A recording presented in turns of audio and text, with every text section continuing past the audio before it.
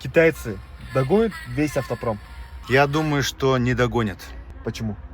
Ну, кто откажется от денег? Вот, допустим, тот же General Motors. Он что, откажется от своих автомобилей? Или там Volkswagen? Они каким-то образом, я так думаю, они начнут приближаться к китайцам, наоборот. Не китайцам надо их будет догонять, а европейцы будут приближаться к китайцам. То есть удешевлять качество автомобилей. Соответственно, может сотрудничать дальше. Да, и они дальше будут все по уровню продавать, по уровню цен. Ну, как по-другому конкурировать? А чтобы китайцам догнать европейский или американский автопром, им надо улучшать качество автомобиля. А улучшение качества автомобиля поднимает цену.